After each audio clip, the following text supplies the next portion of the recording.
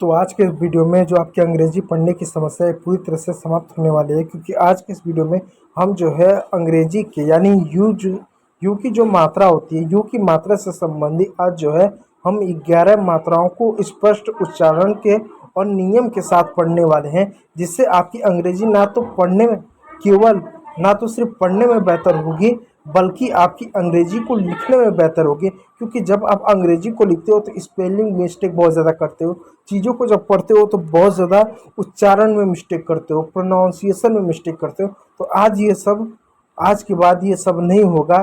तो चलिए देर ना करते हुए क्लास को स्टार्ट करते हैं। देखिए दोस्तों, जब यू आता है तो यू को बचपन से हमको सिखाया गया कि यू को यू पढ़ते हैं, लेकिन ये नहीं बताया गया कि यू को कब यू पढ़ते हैं। जैसे मैं ये बताता हूँ, मैं ये कहता हूँ कि जब कभी भी यू के बाद कॉन्सोनेंट हो और कॉन्सोनेंट के ठीक बाद आपका ए हो, ई हो, आई हो, ओ हो या यू हो, तो इस यू को यू पढ़ेंगे, ना कि ऊ पढ़ेंगे। ठीक है, जैसे आपको एग्जांपल बताता हूँ क्यों ऐसा होता है। क्योंकि साइलेंट ई के अंत में आने पर यू जो होता है उसका उच्चारण लंबा, यानी जब भी कॉन्सोनेंट के बाद कोई स्वर आता है ना तो उसके बाद उस यू का उच्चारण लंबा हो जाता है। जैसे एग्जाम्पल तौर पे देखिएगा, क्यूट, क्यूट, म्यूट, ट्यूब। अब देखिए यू आया, यू आया, यू आया, और यू के बाद क्या एक कॉन्सोनेंट आया, क्या आया, टी आया, टी आया और बी आया।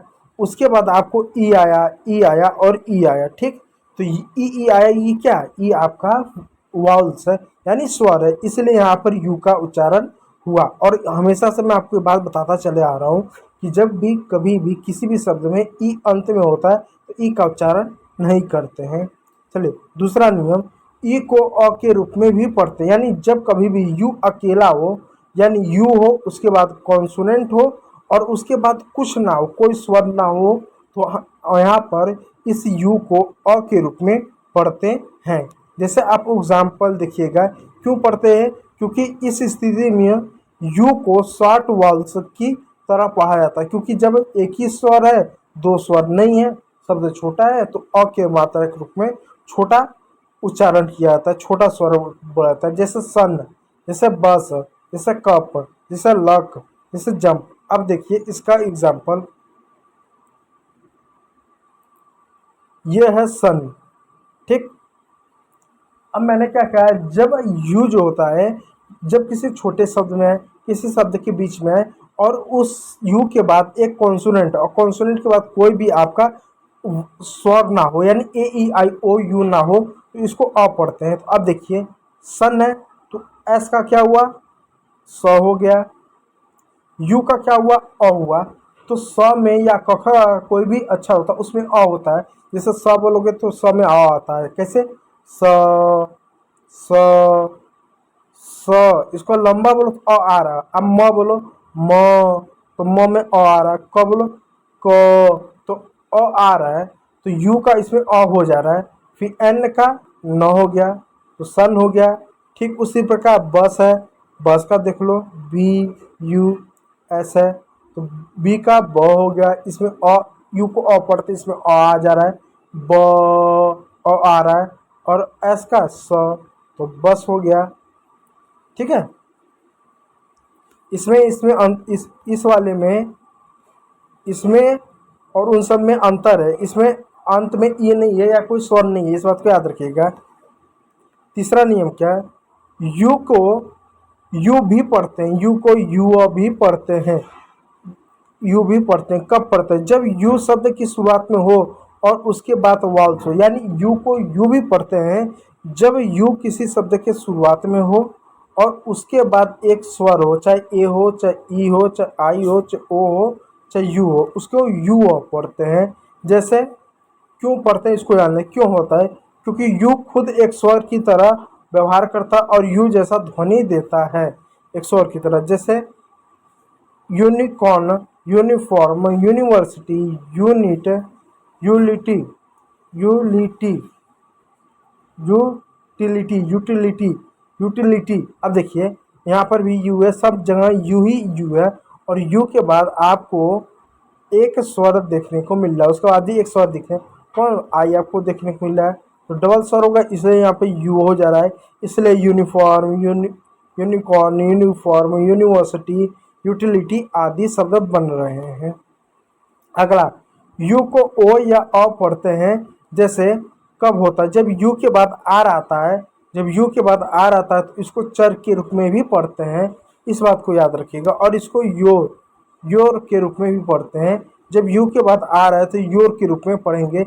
जैसे एग्जाम्पल देखिए, श्योर, जैसे क्योर, जैसे प्योर, जैसे सिक्योर, यहाँ पर यू आर है इसलिए इसको योर आमतौर पे पढ़ेंगे।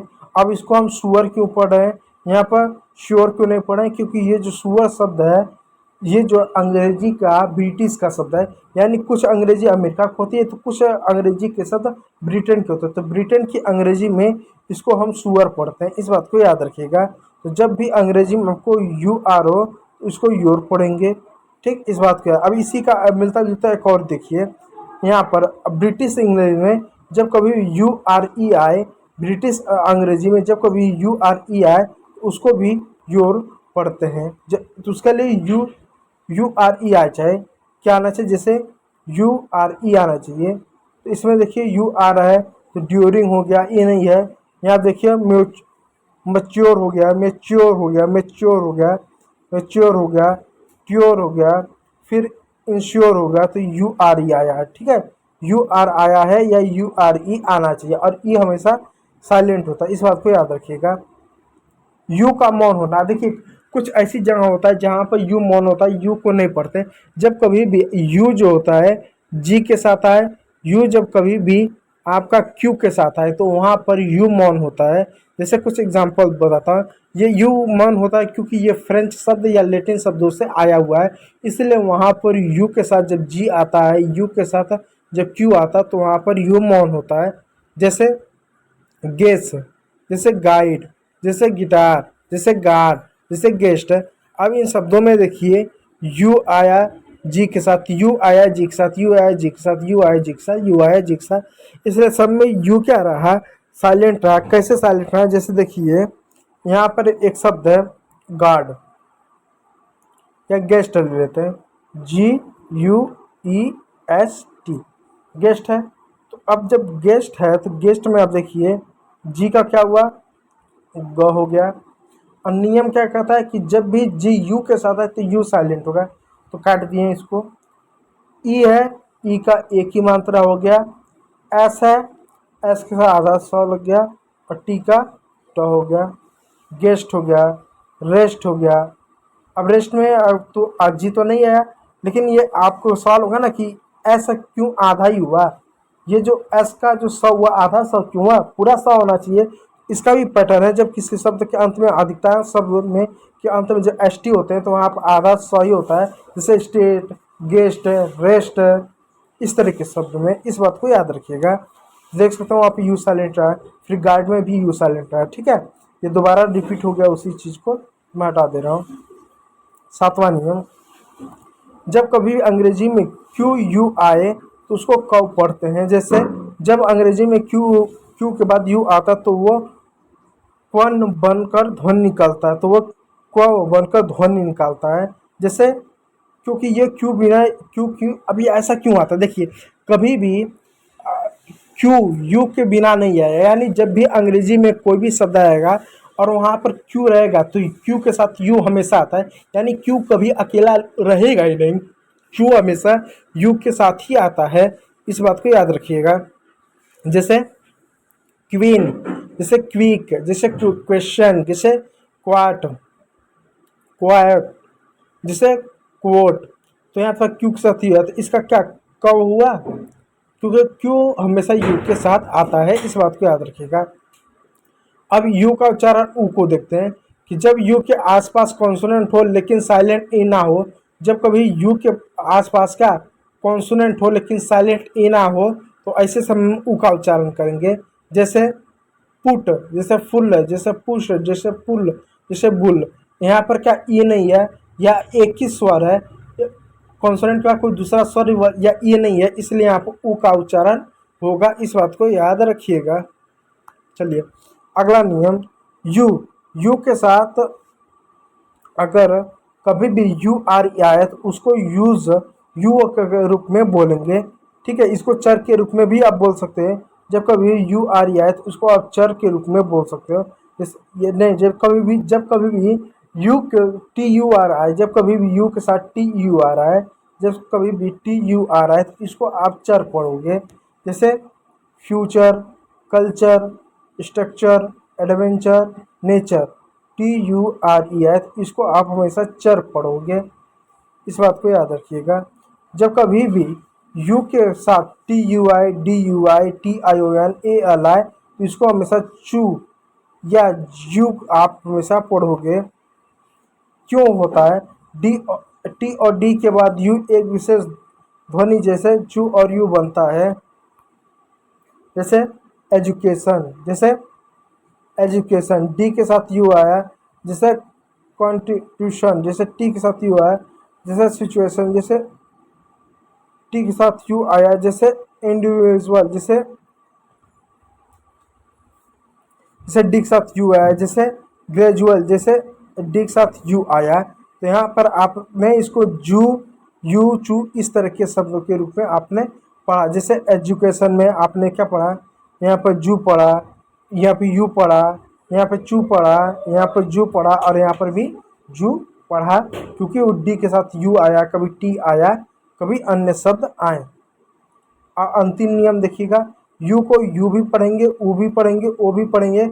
कुछ स्पेशल जो स्पेशल वर्ड है, जो विदेशी शब्द है, जैसे कार हो गया, ये कार विदेशी शब्द है। जैसे मोबाइल हुआ विदेशी शब्द है।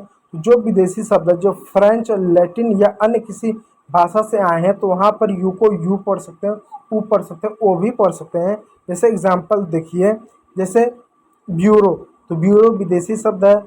मेनू विदेशी शब्द है। जैसे मूल विदेशी शब्द है। जैसे वेन्यू विदेशी शब्द है। जैसे वैल्यू विदेशी शब्द है। तो इन सभी शब्दों में हमने यू को यू पढ़ा, यू पढ़ा।